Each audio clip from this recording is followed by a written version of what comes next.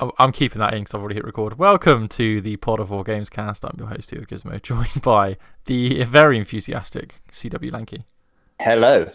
And of course, the man of many minutes. It is Chris Pengelly. Hello, everyone. So, guys, another week. Very big week in our lives. Obviously, I don't know when I'm going to upload this. It might be today, but there's a big match going on later between Argentina. No, I'm joking. So we're not going to talk about football because we just talked about football for 20 minutes. But how is everyone doing? Is everyone happy? Confident, Dave. Yeah, you are part Italian, aren't you? So you eat a lot of pizza, so you're okay. Pengu's like 1/16 Italian, aren't you? You can. Yeah. It's really far back, so you know. Yeah, like to the Romans. That's how bad. It's not that far back. It's like great granddad. So a lot of great. Chris Pengelly. Anyway, let's talk about video games, shall we? So we're going to start this week as we always do with what we've played. We're not going to start with Chris this week after feedback from last week. So we're going to start with Craig. What have you played, Craig? So I haven't played a great deal, mainly because I've been doing a lot of lates at work this week, which kind of kills off the time for the older game playing. But I did manage to finish Resident Evil Village. I was very close last week. It turned out I was, final boss and a few cutscenes, and I was pretty much there. Did like the ending. Sets up what I'd imagine would probably be the DLC, and then it also I think sets up probably the next installment as well, which is quite cool and something to look forward to. I have also started my second run, but I'm only about I think about 25 minutes in. I'm going for I'm trying to do 4 achievements in one, but whether I manage to get all 4 in one, we'll have to see. I'm doing it as a knife only. I'm trying to get that achievement. There's an achievement for... Well, there's a knife you can buy in the store afterwards, which is much better. Oh, right. Like the fire knife from 3, right? Is that one? Kind of, yeah. It's not... It's just... It looks like a normal knife, but it does a lot more damage. You can kill normal enemies in 2 hits as opposed to 10, so that kind of helps quite a bit. There's also an achievement for doing under 3 hours, which I'm going for. What's going on down Cyril Street? Yeah. I'm using Ray. Actually, did a stream where he did pretty much all these achievements in one go. So I'm kind of just he's on in the background to guide me through it in a way. There's one for only healing 4 times, and one for spending less than 10,000 lei at the Duke, I think, which I'm going for as well. Because I won't need to spend money if I'm obviously only knifing people. So. That's the next playthrough. I've got 4 days off in a row, so I should be able to do that this week, hopefully. Maybe even another one. I'm tempted to go for some of the harder difficulties because you can get you can buy a very powerful Magnum from the store and infinite ammo, but it depends how hard it is to get all the stuff you would need. If I have to grind playthroughs just to get that, I probably won't bother. But we shall see. And then the only other thing I've played this week was something I played with you, Dave, and that was A Way Out, which we finally finished. We started it a little while ago, dropped off a bit, and then jumped back in. I think probably both agree that the bit that we did at the start was probably the worst bit. The actual prison bit was kind of the dullest part of the game. But once you actually get out of that, the game is really good fun. Great playing it co-op. There's some parts of it, I think the hospital level, I think it was the chase bit, where I was literally just laughing and shouting and screaming because it was so funny and so good. And obviously playing it backwards compatible on Xbox was pretty awesome because we got the auto HDR feature, which looked absolutely beautiful. And obviously that just happened. There was no downloading it. There was no turning it on, faffing around with settings. It was just there. And as Todd Howard would say, it just worked. And it did. So that's surprised something. I'm surprised he knows anything about things just working. Says Chris in his Xbox hoodie, slandering. No, I'm slandering Bethesda. The self-loathing there from Chris Pengelly. Yeah. Nice. But yeah, A Way Out was a lot of fun. It's a Game Pass game as well to add on to the Auto HDR. It's also on Game Pass, and we got all the achievements. We had a great time doing it. It was a pretty funny game to make the decisions and do the different things, and obviously the ending's pretty funny as well. It's not supposed to. I think it's supposed to be quite emotional, but we had quite a lot of fun with it. So.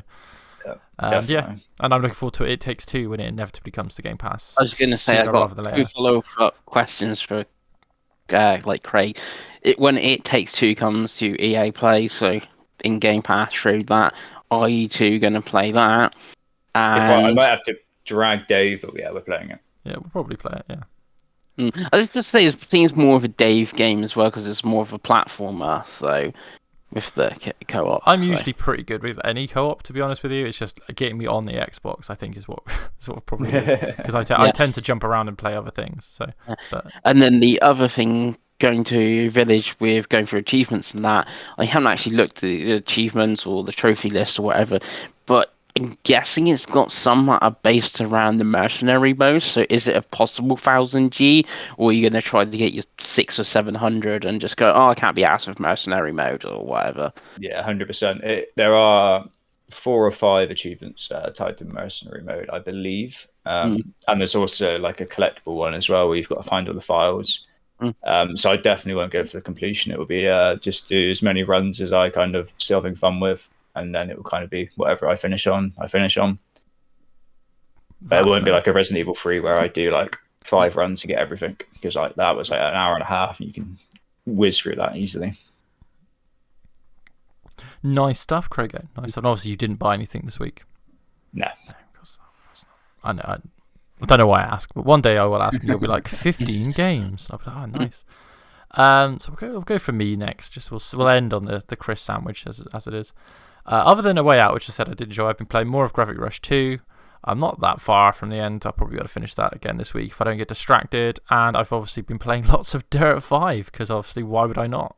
I'm so close to my 3rd completion of that game. So just the dreaded 1,000 mile achievement trophy / whatever to do, and then I'll have the PS5 platinum, taking me to 28 platinums, which is slowly catching Chris.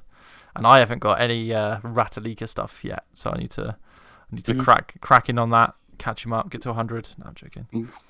My days of easy completions are long gone, sadly. Yeah, I'd obviously not having PS4 or PS5, my platinum level has not gone up for a while. There's a few easy ones on the PS3, but it wasn't as common thing. So it's stuff like I don't think it is platinum, but like on the 360, it's like King Kong was an easy 1000G. It's those sort of games are the easy platinums on PS3, but on Vita there's still a few, especially on the 21st July when we get, it looks like 7 games that day on the last day of the Vita store of new games. So some of them could be easily platinum games, possibly. I don't know. I just love it. I mean, because obviously one day I need to sit, because obviously we did the videos with the trophy lists and stuff, and it is so funny whenever I go on Chris's PlayStation platinums list, because it's poor, Chris. Like, even you can admit there's about 3 or 4 which I'd be like, fair enough, they're not too bad, but the rest are. Spoiler alert: the Xbox one isn't much better. No, it's pretty terrible. For every like Spider-Man or The Order, which is like you've got to do stuff, is like then there's like 17 of Bird Game Plus and stuff like Slide and stuff like that. No, yeah. I've got a couple of those, to be fair, like hands up. But then I also have got like the Horizon Zero Dawn Platinum and the Dirt 5 Platinum and stuff like that. So I can kind of and I've got the Spider-Man Platinum as well. So I might do Miles Morales next. I've been considering jumping back, trying to get the platinum for that, because it's a second playthrough platinum, which is usually what puts me off, but it's not that long, to be honest, and I am in my quest not to buy any more games. I haven't bought any games this week. I think I'm on like 5 or 6 weeks where I haven't had a game to show, so power to me. It's whether I can stick to that through the next month. It's just boring sometimes. Sometimes you just want to spend money, which is usually my problem, but luckily, as I always run it all by our chat, Craig tells me no, so I just don't. It's got to stay strong, David. I've got such a big backlog. I might even do a backlog, a specific PlayStation backlog video soon, just because I don't really have anything physical on Xbox anymore, because I have a Series S, so I could just load up the Xbox and go through the 600 games that I've got access to, which is no fun for anyone, is it? So I might do this is what I haven't completed on my PS4 list, which is still a good. What one should I play next of these? Maybe 10 games, yeah, it's 10 games. How many have you got? I've probably got like 20 easy 20 games, and then you just get Alistair in the thing going, oh, you have Bloodborne, play that next. I don't know if you're in it, but it's like a lot of my PlayStation stuff is the Japanese stuff, which as Craig has preached, I'm like legitimately not gonna buy one next year. I'm gonna like take a stand, unless it's Final Fantasy Remake Part 2, which I finished the first one the week it came out. I'm not buying a JRPG next year. 16 can wait, because I didn't really like 15. So Final Fantasy Origins, what the fuck it's called, that can wait, because it's Dark Souls, so who the hell wants to play that? So this is kind of like my mid-year resolution, like my intervention about JRPGs, because I just don't finish them because they're just too long. And I'm 20. I'm 31. I don't have the time to play a 120-hour JRPG. So yeah, that's my little JRPG rant. Chris is just looking at me like, oh, I'm going to keep buying them. And Chris never finished. Chris is even worse than I am. You everything he just said, but he knows he's going to carry on buying them. His pickup is probably going to be JRPG that he's spent an extra like 60 quid on Amiibos for. But there we go. So let's get to Chris. And Chris, what have you bought and what have you been playing? Right.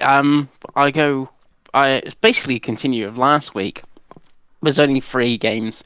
So Mario Golf. You're going to say 8 again. No, so it's Mario Golf Super Rush, which I have finished the adventure mode of that. Not much more to say on it than last week. Great game of golf. Some of the courses are very basic. The adventure mode feels like it's just a long tutorial. So once you've done this zone, this course, you go to the next one. It's like, oh, this is a new technique. This is how you do top spin or back spin or stuff like that. So it feels like a long tutorial. And then when you've done it, it's like nothing to do afterwards. It feels like there's 6 courses. Like, why is there not 6? The Mushroom Cup, the Star Cup, or whatever. And you do all them, you unlock pooling or something like that. Something like that for doing that thing. If that's sort of thing.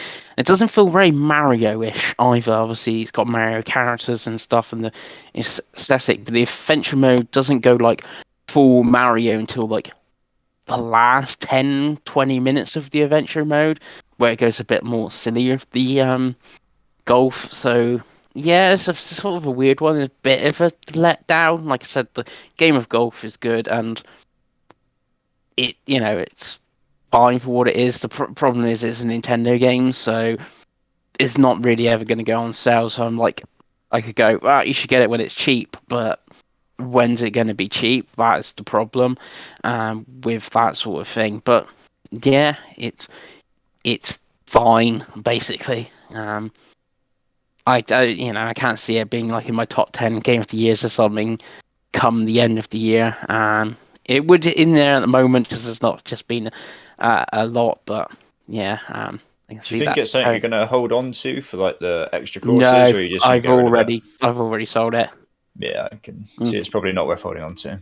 No, not unless you're going to play multiplayer with people. That's and that's the thing. We've like on the GNAME forum and stuff, like, oh, we're getting a multiplayer session going, and we haven't and stuff. So there's like, and like I said, the multiplayer, I tried to play a quick game once before, and there's like no option to just play a quick round of golf. You gotta set your lobbies up and create a thing and that. And I was like, it's crazy. In 2021, there's no simple matchmaking. That is absolutely terrible. That is Nintendo. It's Nintendo. Yeah, I know it's Nintendo, but you should still be able to call out their like awfulness. Yeah, but yeah, it's the biggest reason why I don't like the Switch. Really, like. Because I can give them a pass once, which is the pass I gave them on Wii U, and I just can't give them a pass now because it's like that's why if I'm like the people that say to me that I bought Crash Team Racing, for example, on Switch, I'm like, why did you buy that on Switch, not on Xbox or PlayStation? Because other than the adventure mode, it's just not the same game. Like the online is just awful compared. You know what I mean? And that's just an example. You know what I mean? So like, I don't know. The problem is in Nintendo. Yeah. Why would they change? Yeah. How much money do they make every time? Like, how many Switches are sold now? 86, 89 million? Yeah, it's coming close to 90. So if you look at the top 10 game chart every week, I think how many Nintendo games are in it every time? I think last week I seen because like something like I seen on like the push code, like Ratchet had like its second best week or something. I think that was like number 1 or number 2, but the other like 6 of the top 10 were all Nintendo exclusives, and it's like, and that's in the UK when Nintendo's never really been great. So, it's just like poor. Like I've played like Monster Hunter Rise, where the matchmaking is like that boss just finds me four players. No, I want to do this course, or I'm gonna join a lobby or find one that's got a space in it so I can play, and then. Obviously, you're playing with randoms or whatever, but it's like, oh, did they shut out that lobby because they've got their mate coming in or what? And like, it's like a weird one. Anyway, I also played more Sky Children of the Light. I finished that as well. It is very Journey-esque, like I said last week. It sort of builds on what was Journey with interacting of the multiplayer, where the first obviously Journey is just you and someone else, where you have multiple people. There was one bit near the end of the game where you basically says you got to like work together. There's like 5 of us, and there's like one person that must have played it for like ages. You must be able to transfer your mobile save or whatever because of their costumes and stuff, or what, you know, the characters with the gear. Basically, they're like put their hand out because you can do emotes like hold hands, and basically they were dragging the 5 of us like across the map and stuff, and we were like going along, and there's some other cool parts, sort of thing, like someone like we were waiting for this one guy that like got hit for a boulder, and we were just like running back to try to get him and help him out and stuff like that. It also looks fantastic on the like Switch, looks great. Also, just there was like a season update of like Little Prince, like the Little Prince books from like, it's like a French children's thing or something. It's got this like own little like world in the game that adds a little bit more content, and that it's really good. It's like my favorite game so far this year. Like not from this year because it's a 2-year-old game that's finally come to something that's not mobile. Like we talked about, Nier Reincarnation is like bring that to something that's not mobile, and this is like clearly the case of something like that. Like I've seen it's being re-reviewed on like OpenCritic, for instance, because they don't track mobile games. I think it's got like 83 or 84 or something. So you know, being highly reviewed. You know, it's just it's on. You know, it's only on Switch now, mobile, but at least it's on something else, and not good. And I've played it a couple of times after finishing it as well, which I was a little bit surprised. Like I know I've finished like Journey 4 or 5 times, but it's not sort of like a game you jump right back into, but it's like, this is get my daily quest sort of thing, and see what's happening with the seasonal content. It's very mobile in that sense of how that sort of thing to dip in back every day. But yeah, really good, really enjoying that. And then my only other thing is my pickup. I've also got is Monster Hunter Stories 2, Wings of Ruin, which obviously we talked about last week because I played the demo. I also got the free amiibo for this as well. I did look, the amiibo for Monster Hunter Stories 1 are compatible with this, but they're now stupidly expensive. One of the monsters, like a green monster, I'm not sure what it is. That's now like a 250 quid amiibo now. So they're like, yeah, and like one point they were ridiculously cheap. Like I even got one in the Secret Santa for Gene Namer for Luke a couple of years ago because our budget's only 15 quid, and now like the cheapest one of them is like 50 quid. They're like ridiculously expensive now. They never got released outside Japan though, those amiibos, so that might be the case of it. So continued my save. It's like 4 hours in from my demo save, so transferred that over. I'm now 12 hours into the actual game.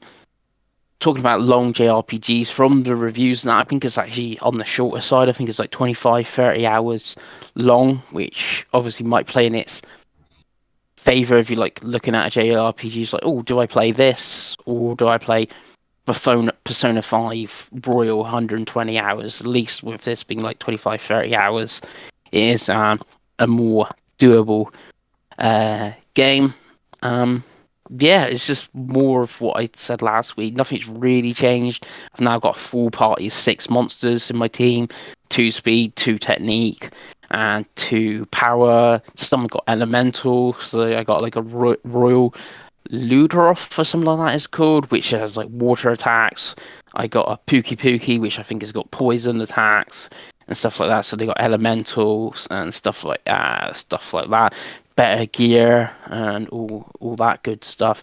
Yeah, so really good. Like I said, I've put in, I think it's another 6 hours in like a couple of days. So, and that's what I'll be playing later on. Yeah, so good. It's a good game. Nicely done.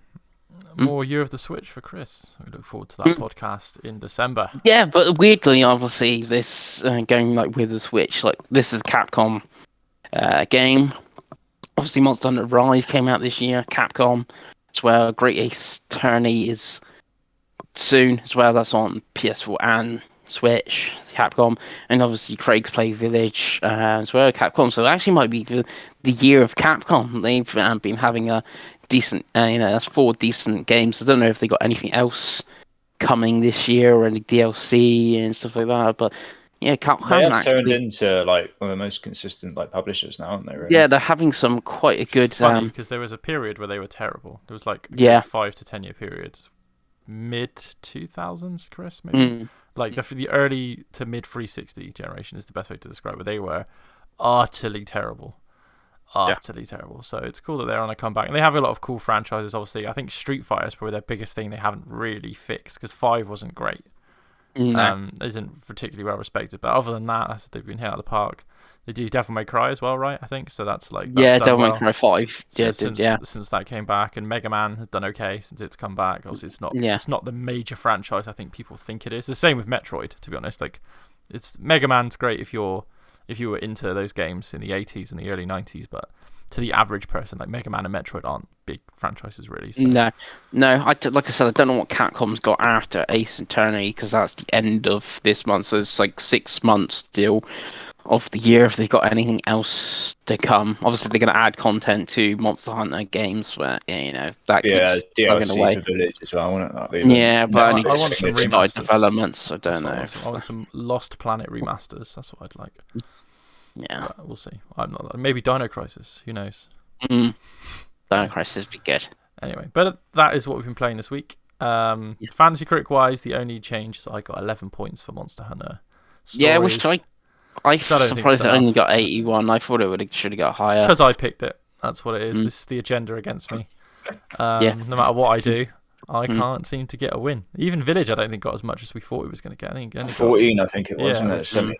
Everyone I know who's played that has been like, it's pretty much the best game I've played this year. So I'm like, oh. Yeah, because cheers, like cheers, I said, guys. Cheers, reviewers, scumbags. 12 hours into this. If it's 25 hours, like I said, if the other half of the game is as good as it is, it's most probably going to be my current game of the year. And it's like, I think it should be on like 87, 88 or something myself. But they screwed me again, but it's fine. I think I'll still finish above Chris by the. Well, a lot of the reviews seem to be coming out. Like a lot of reviews I've seen, it's like the performance issues on the Switch, and I think most people reviewed it on Switch than PC. But yeah, it's because every reviewer now is reviewing games on PS5 and Series X. So I think that's probably what's affecting some of these Switch reviews, because it doesn't really matter if you're playing in handheld, like ever. To be honest, like I'd like a game to run at least 30, but like 60, 1080 on the handheld is not. It's not essential, not for how much the Switch costs. Like if it was a high end £500 console or something, then fair enough. But it's always going to be the way now. Like they did this, I think they did this last time. I'm sure they did it with like a lot of Wii games as well, where because they weren't HD, they got marked down, even if they were still good games.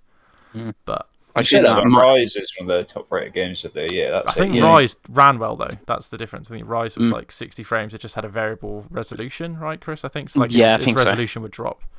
Well, this the frame rate sometimes drops to the 20s, sometimes goes up to the 40s. It's inconsistent.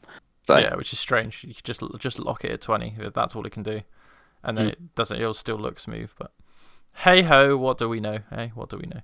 So.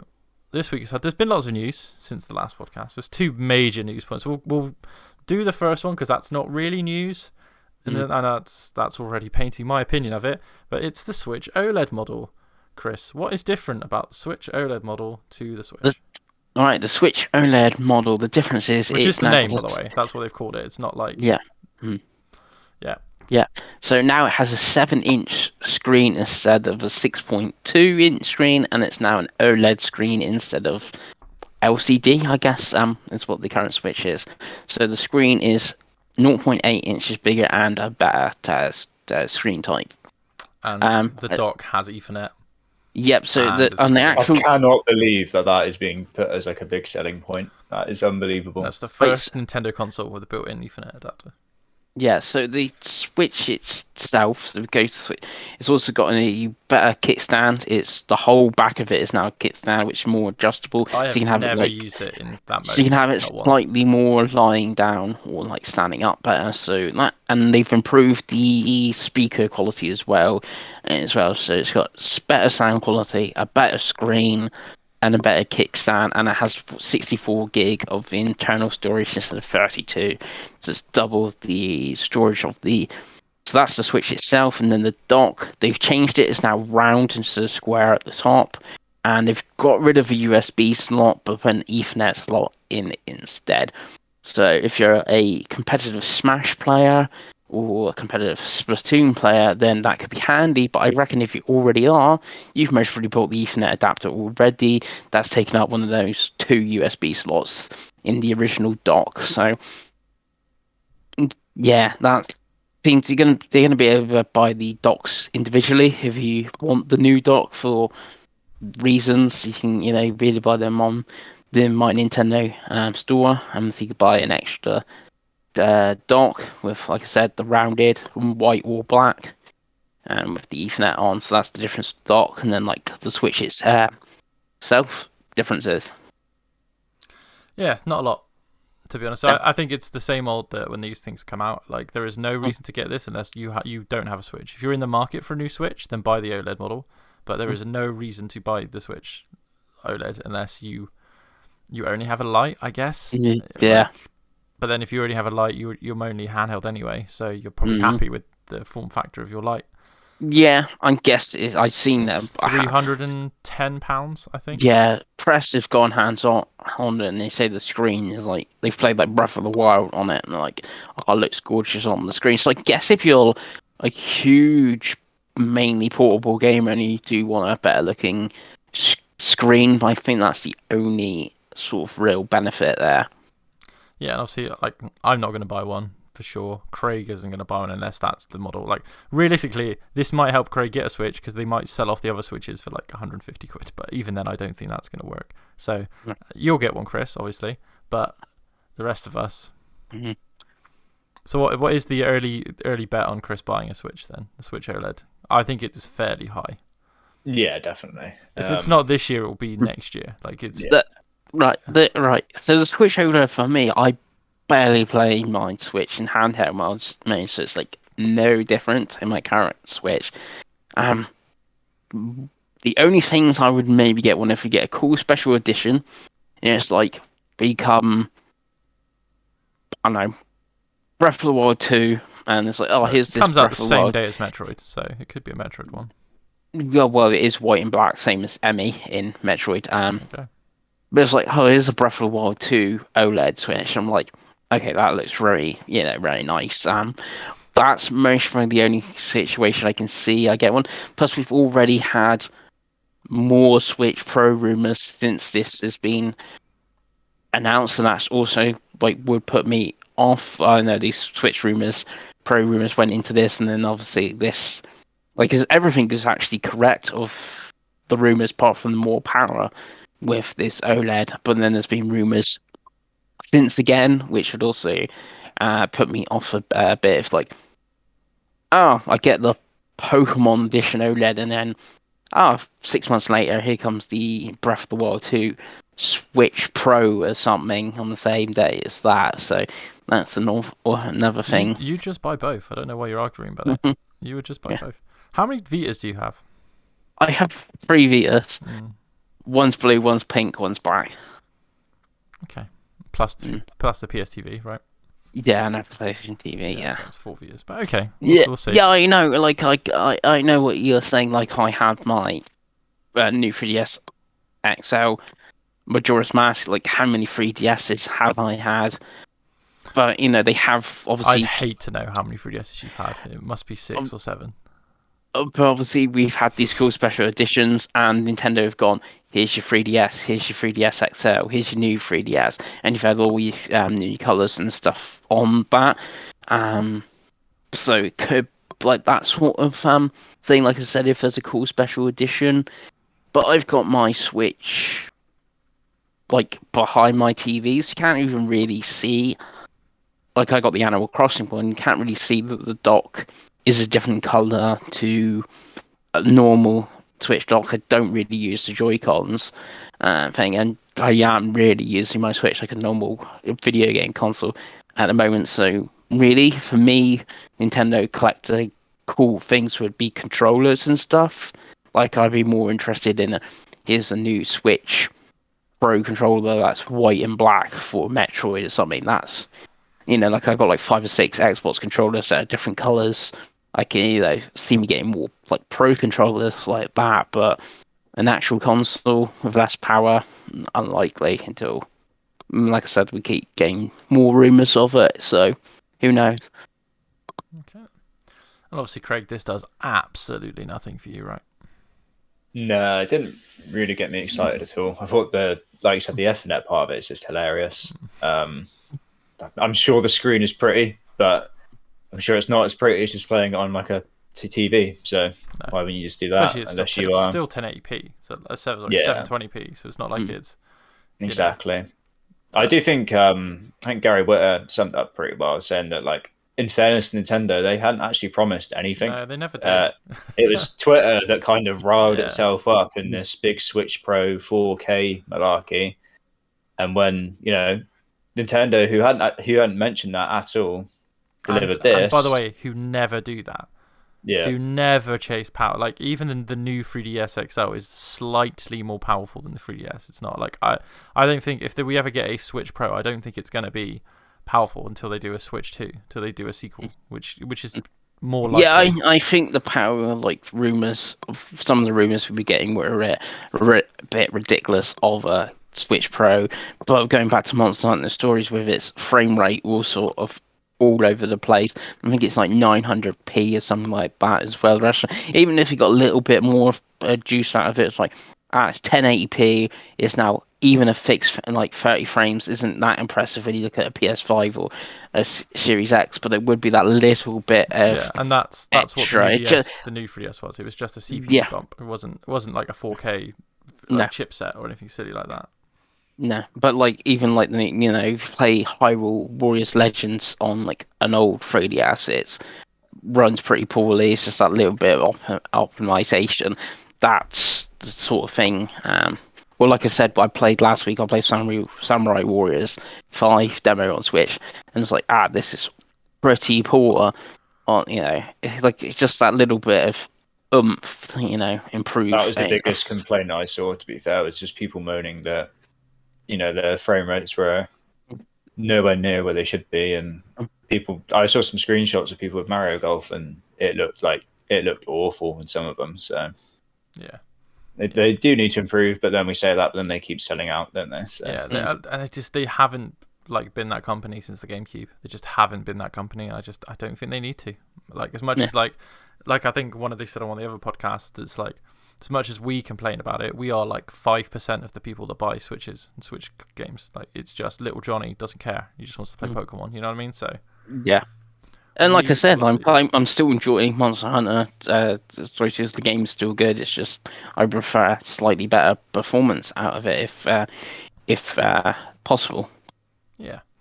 But anyway, moving on from the OLED model, we had one other big news thing this week, and that of course was the Xbox Studios Presents PlayStation State of Play.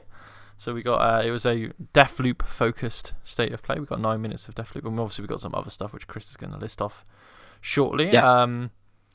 Did you all watch it? Craig, did you watch it, or did you just catch the highlights? No, I watched it. I watched it all. So before we reveal what it was, what's your initial thought of that as a show? What, the show in itself? Yeah. I thought it was actually quite good, in fairness. I'm surprised. I thought what they showed was okay. I think the problem was there wasn't a lot of dates, and there wasn't a lot of new stuff with dates, and that is the issue. All the stuff they showed was stuff getting delayed, basically, which does hurt, a presentation like that. You'd almost think that's, going straight to Twitter, that sort of thing would be better, as opposed to putting that as part of your big presentation. It felt like it should have been a blog. A lot of yeah. this. Like, and the problem is when you're not at E3, and then this is kind of, I know this is a much more mini of an event, but people have expectations. I know you can say, well, they told us what they were going to show. Well, people still have expectations when you're not at E3, when you're PlayStation, when you've been churning out these massive games for years and years. And I think that's the issue. When they show something like that, you're straight away like, well, it's not, sort of tier that we expect from them. It's just, I found it a bit of a nothing event. Like, they should have either just done a Deathloop only event where they just talked about Deathloop, or they should have done a bit like the Ratchet and Clank and Horizon one. Yeah, or do an indie show where they talk about indies. Because the problem, I think, a lot of people, and I, as the one person who actually has a PS5, like, my one issue is like, cool, so where's all these indie games they showed when they announced the console that are supposed to be coming this year? Where's Solar Ash? Where's Little Devil Inside? Where's Stray? Like, none of these games. I know there's an Annapurna event soon when they might see Stray, but like, there's nothing. And then Sifu, cool, that got a delay. Jet the Far Shore just has a vague 2021 date still, so I could still see that missing out. There's that awful looking Tribes of Midgard, which has been at every show for the last month. I don't see much. I know we're going to talk through all the games in a minute, but there wasn't, for me, the content of that show was kind of everywhere but nowhere. Like, it was like, here's a VR game randomly, here's this indie game randomly, here's this big tentpole game, here's this like battle royale, whatever. Like, I was just, it's like not you said, console selling, was it, at all? Well, no, not even right, because you can't buy the console, so that's fine. Like, if you're not console selling, it's fine. But like, if you're a PlayStation fan, you sat there watching this, what is there? Like, cool, maybe another director's cut, which again we'll talk about in a second. But I don't know. I like, for someone like me who does play PlayStation, I was like, right, well, cool. Like, I'm not excited for anything because nothing had a date. Like, nothing had a date. Like, cool, Deathloop. There's a thing at the bottom of Deathloop where it's like, it's exclusive until at least September 14th, I think, next year. So all that told me is, cool, that's when it's coming to Game Pass. That's literally my takeaway from that show. So, how about you, Chris?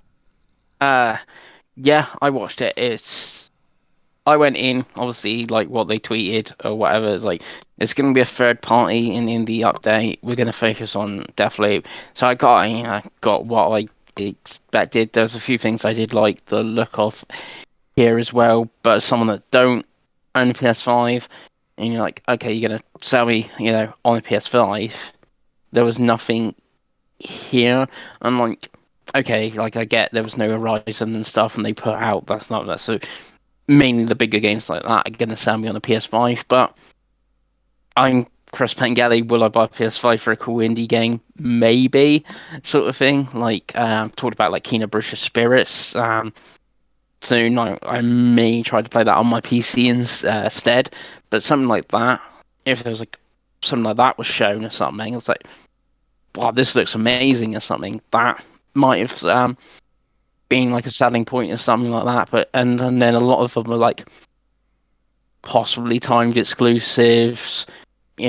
Possibly there was some totally multi-format games and stuff like here. So it's like, I could play this on my, like I said, with Kena, possibly on my PC, possibly on my Xbox, possibly on my Switch, either right away or down the line and stuff like that. So it's cool to see these indie games, but it's a bit thing. There's still rumours we're going to get PSX this year, so I think that's where we're going to see your God of Wars and your Final Fantasy 16s.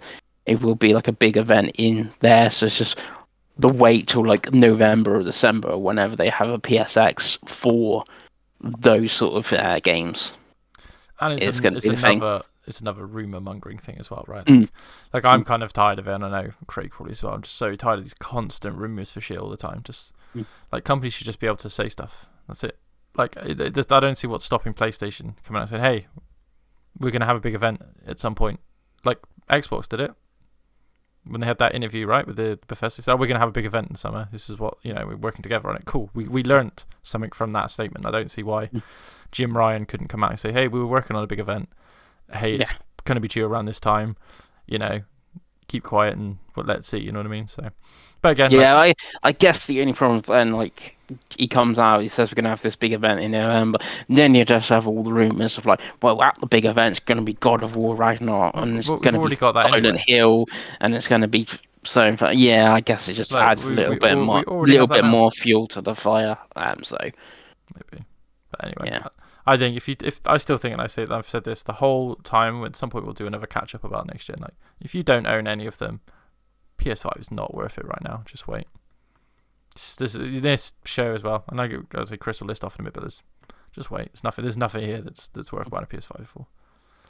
I don't think there's anything out yet that's worth buying a PS5 for. If I'm honest with you, because even Ratchet, it's supposed to be good, but it's also £70 and like 14 hours long, I think. So anyway, my positivity aside, Chris, do you want to list off in the order they showed as well, which should just show how random the order is? Because I have the order. I haven't got the slight correct order. I know what started it and I know what ended it, so I've gone bit things. But anyway, started with Moss Book 2, which is a PS VR game.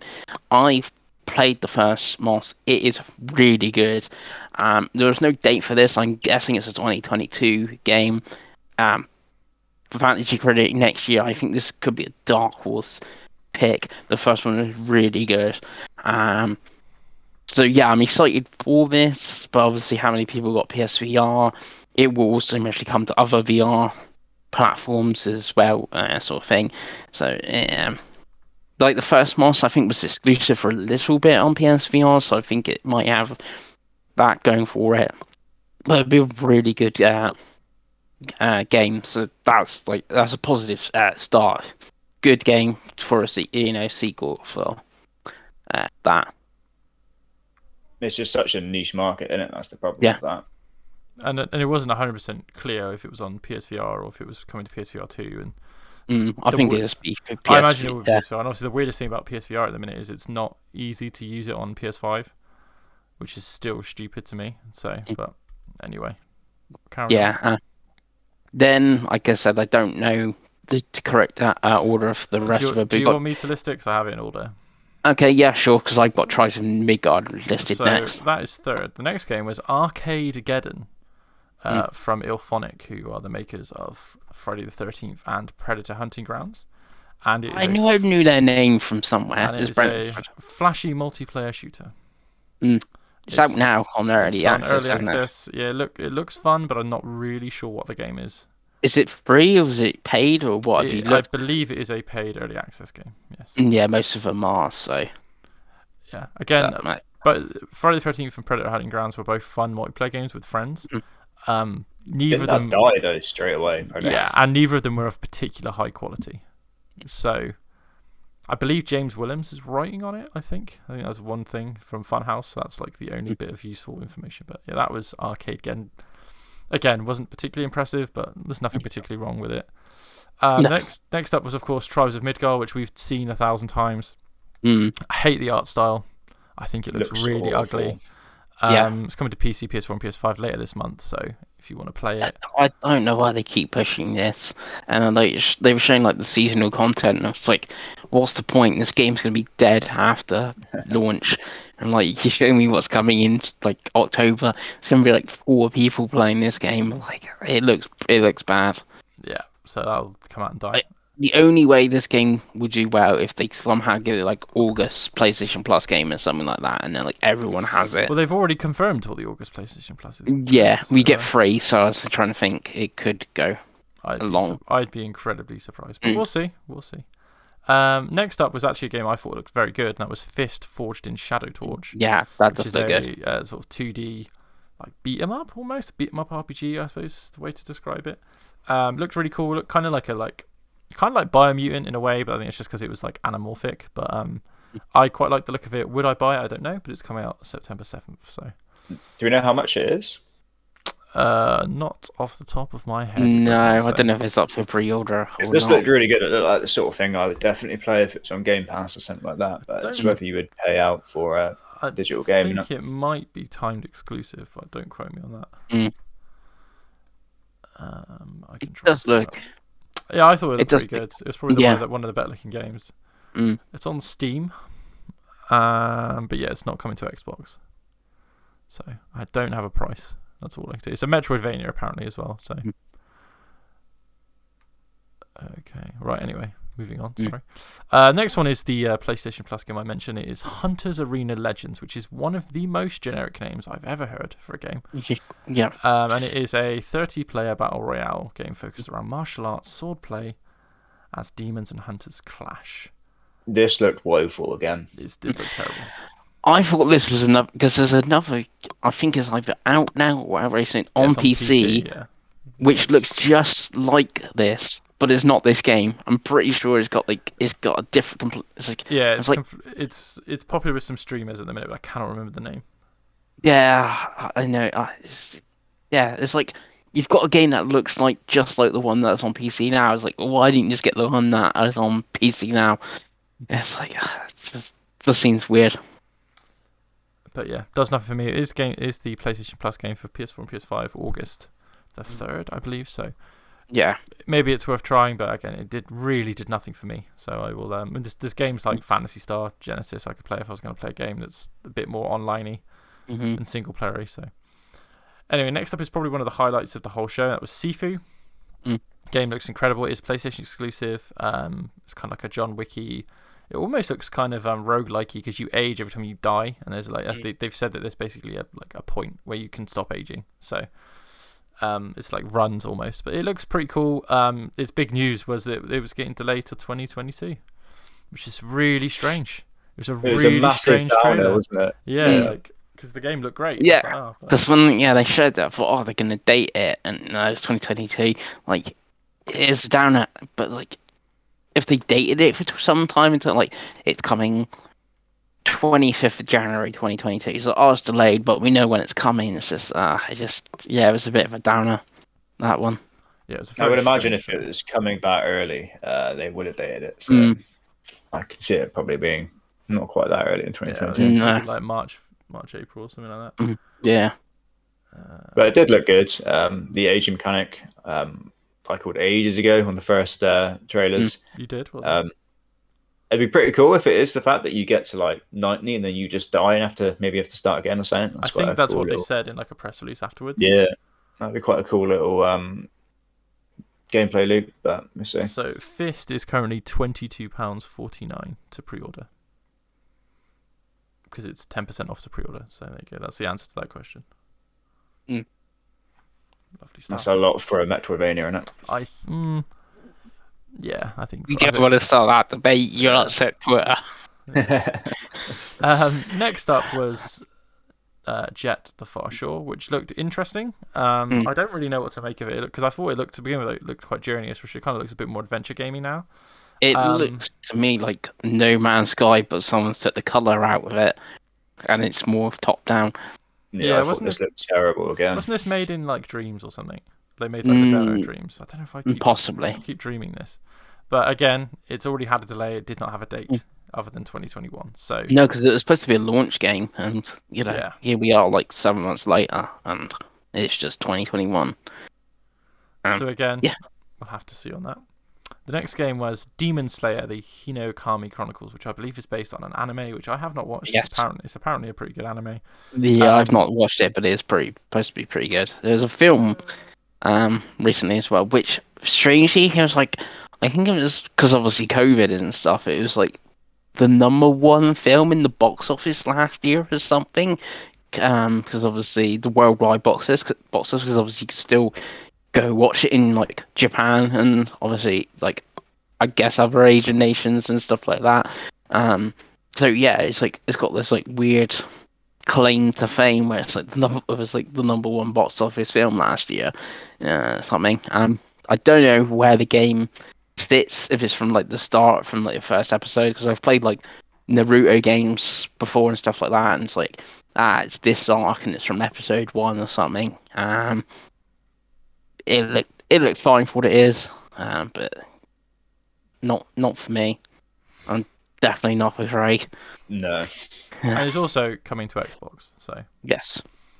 There we go. It's a very odd one to show, but there we go. Yeah. Next up is also a bit of a weird one to show. They showed another trailer for Lost Judgment. They didn't really show too much new. They showed some more mini games. They showed you. It looks like you can have a pet dog now, or at least we'll do dog walking missions, I guess. But at the least. And there's some climbing as well. It looked like. There's lots of the first game. Lots of crazy like added stuff, and it looks good. Like obviously you've talked about how much you enjoyed the first one, and the fact that we're getting the second one in September is really cool. Just think it's weird to see it here, to be honest. That's just a bit of a trailer. There's no specific PlayStation content, and obviously this is my thing about the vibe. Like, so this is a third party. So Sega had this little third party update, but they were the only one that did. So it's like, okay, and that didn't show Sonic Colors, which is also coming out on PlayStation around the same time. So I think the next day I spotted on the Xbox Store pre-orders have gone up for Lodge Judgment. I presume it's the same on PlayStation pre-orders now. They've been on both. They were on PS5 for ages, actually. But both, I just seen it. Yeah, I just seen them go up on Xbox pre-orders for it. But yeah, it looks good. It looks fun. The mini games look wacky and stuff. What was shown, like, when I saw the dog, and I was like, that's neat. But yeah, and obviously Craig will probably play that at some point, right? But yeah, the mini games in the first one were probably like maybe the worst part of that game. They weren't that imaginative in that way, but this looked a lot better. I think the best mini game in the first one was like the drone racing. But this looked like it had some sort of kart racing and that sort of thing. So yeah, like a Dragon's got like a proper kart racing sort of tournament mode or something. So I guess they're building on that. I think it's in the same city as Like a Dragon from, but I'm not 100% sure on that. Kamurocho. It's Kamurocho, which I think is the same city from the first set of games. I might be wrong. Oh, I thought they changed. They might have Lost Judgment to City. I'm pretty sure it's in the same like Dragon City, which isn't Kamurocho. It's, I can't think. Hakoda? No, I'm not sure. Okay. Anyway, transitioning on to a game that did look better, and I was surprised by how much better it looked, and that is Death Stranding Director's Cut. Yes. So it actually looks like a video game now. They've added, like, they're really emphasizing gunplay. They showed some really cool looking mini games. Like the racing thing actually looked pretty cool. They added some more story content. There's more bosses. It looks like a game. Like, I hold my hand up about how critical I've been about Death Stranding when it came out, because it seems so like boring and pretentious. But this trailer, at least, I was probably the most interested I've ever been in playing Death Stranding. And its director's cut is actually quite well priced, which is really surprising. I think to buy it brand new on PS5 is £44, which, fair enough. I don't think it's too bad to ask, really. And then I think it's a £10 upgrade. Yeah, it's £10 upgrade from the normal to the director's cut. So yeah, which isn't too bad. So, like you said, it's adding quite a lot of and it's quite content. straightforward. It's not like get some DLC and then upgrade as well, like Final Fantasy did, or like even Ghost of Tsushima did. It's just a straight up, right, here's £10, you get the director's cut. So yeah, sure, on Xbox it would be free. We'll say that now. I guarantee if this was an Xbox game, it would be free. But in the context, you think it would be because of obviously the expansion story? I think all the weird mini game bits would be free, but it depends what they have. If it'd been called Director's Cut on Xbox, it would have been free. Put it that way. If it'd been like DLC expansions or whatever. 100%. If it was an exclusive as well, then it definitely would have been. Yeah. I'm just thinking if the expansion is for the new story content is the length of Hive Busters or something, which they made free. For Game Pass Ultimate. Yeah. When we say free on Xbox, that's what me and Craig mean.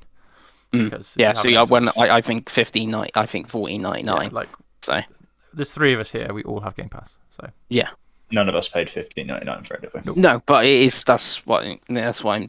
If you didn't have Game Pass, do you know anyone that's paid £15 for Hive Busters? I don't. No. Okay. Let's just clear that. It's kind of comparing apples to oranges. There. Yeah, it's no, not really. I'm just saying it's a $14.99 DLC. This is £10 DLC. So. Okay. I can already see Chris having a tantrum here, but like, they are different. They're different ecosystems, so just ignore it. That's the best way. There is no equivalent to Game Pass on PlayStation. That's what we're saying. There's only one option on PlayStation. There's two options on Xbox. That's what I'm saying. So, if there was one option and they were the same, you'd be right, but they're not. So let's not dwell on that too much. But like, this game looks actually pretty interesting. I might even pick it up because it's coming out in September. I'd have had my 3 months of not buying a game then, and I haven't played Death Stranding yet, or I could buy a pre-owned copy and upgrade. And just spend £10, which is through that. It's roughly the same price at the minute. Death Stranding is kind of getting hard to get, so it was probably one of the better things I saw, and it's definitely the best thing that I've seen from Kojima for a little while, just because it looks like a game. Like that was always been my criticism of Death Stranding, is whenever I've seen people play it, I'm like, where is the game? Whereas this looks like it is in fact a game. So cool stuff. And then of course we ended on the big Xbox game, Deathloop. So they showed the same level they've shown before, with a few extra toys. Game looks good. It's coming out soon. basically. They've right? shown this so much, haven't they? They've shown it too It almost much, feels like they've shown it too much. Yeah, yeah, you don't really want to see any more of it until you actually get to play it. That's kind of where this game is at the moment. Yeah, and you know, like I said, what they showed looked good. I've not really played Dishonored, so to me it looks very similar to Dishonored in a lot of movement mechanics, but the weapons look a little bit more like Doomy, I guess, like a little bit more fun. So yeah, I'm curious. I will not play it on PlayStation. Obviously, I'll wait until Game Pass if I'm going to play it, because it's not the type of game that I would pre-order. So I'd rather jump in and try it for free than see if I like it and then play it. But I think if you're a PlayStation only guy, it's probably one of the next big new games for the console, because nothing else is. They're really pushing it hard, aren't they? They've paid for the exclusive. They've paid for it to be exclusive for a year. There isn't anything else dated, Craig. That's the thing. Like, you've got your 2 director's cuts in August and September now with Ghosts and with Death Stranding. And I don't think anything else has a date. Am I wrong? That's like a big game. Kena, technically, but I think people are talking about Kena too big at the moment. Like, we're not going to know until it comes out. Like, Kena could be a 6 out of 10. Like, we don't know until we play it. Like, it looks good, but we've all played games that look good and aren't fun. So I think it will be good, but like, I'm just saying this as to be devil's advocate, you know.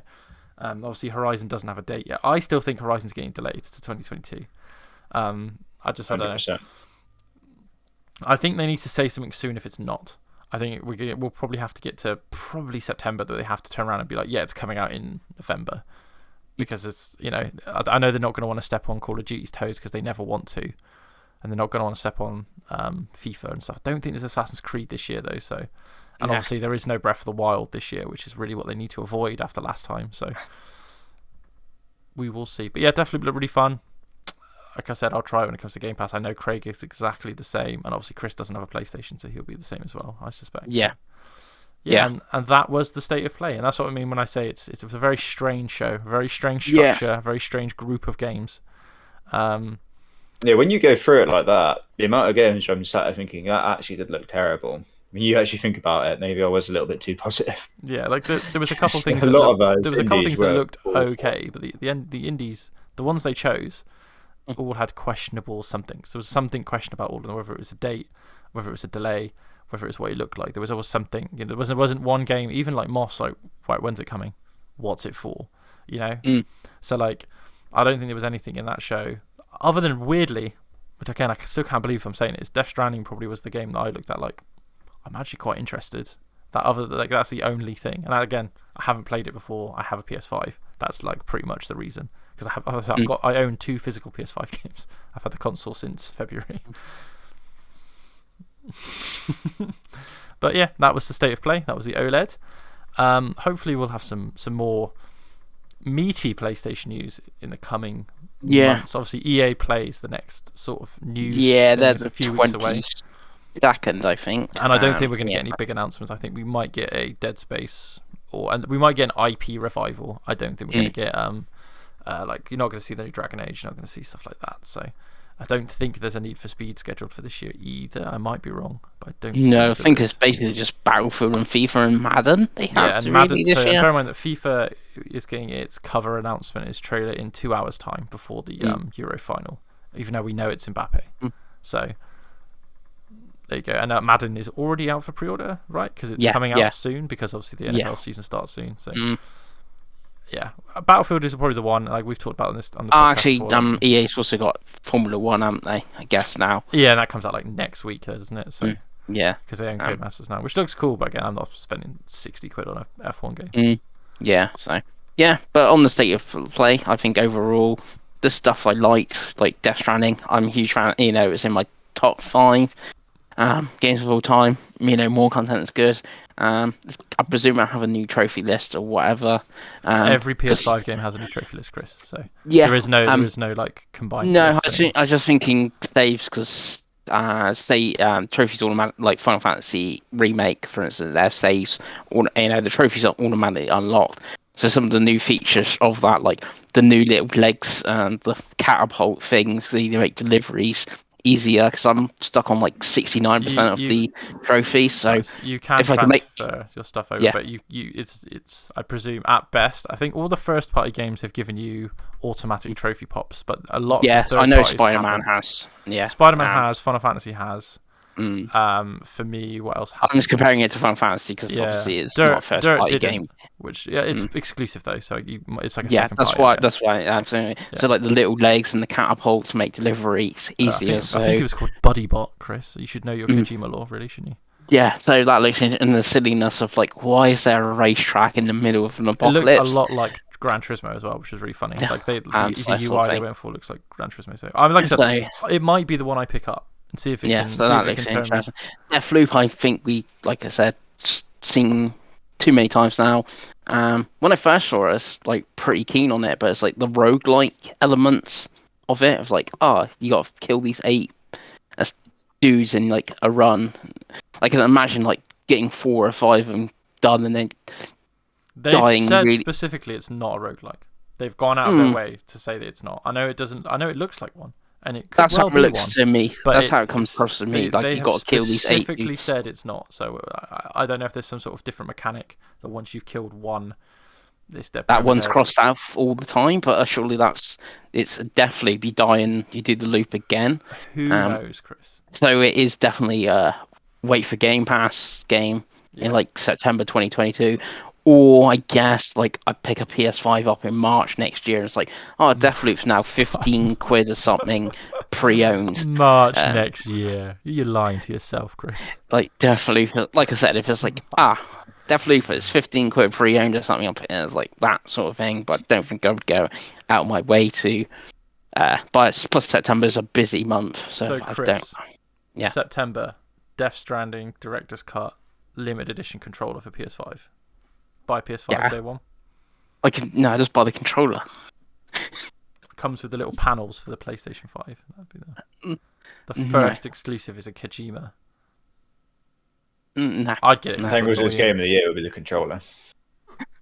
Yeah, like I didn't buy the Death Stranding PS4 Pro, which I'm disappointed I didn't now because they're like really expensive now. But I don't think you would have sold it anyway, so it doesn't make a difference. I don't know. Might off. I don't know. Yeah, it's Chris. Did you buy the Metal Gear Solid one? No, I didn't. I did not. I almost won one once at EGX, but how long is it until you break and just buy a PS4? By the way, just to get you through the year PS4. Yeah, there's like no point. Like I was saying, like great Ace Attorney, for instance, coming to Switch and PlayStation, just play it on my Switch. When Keynote runs terribly on your PC. No, it looks like it should run fairly decent on my PC. Like, I'm miles above the minimum, so I'm close to the recommended. I'm only like a little bit under, so. Nice, right. I'm expecting to play that at like 900p, 30 frames a second or something, but like a solid 30 frames a second. I love my 60 frames, my 4K, Chris, don't you worry. My ray tracing. Yeah. Anyway, that's been another week of the Pod of War Games cast. We will join you next week where we will talk something random. I've got a few ideas cooking up in my mind, so just trying to antagonize Chris for a whole hour. That's what we want to do. So, but yeah, thank you for watching, and we will see you next week.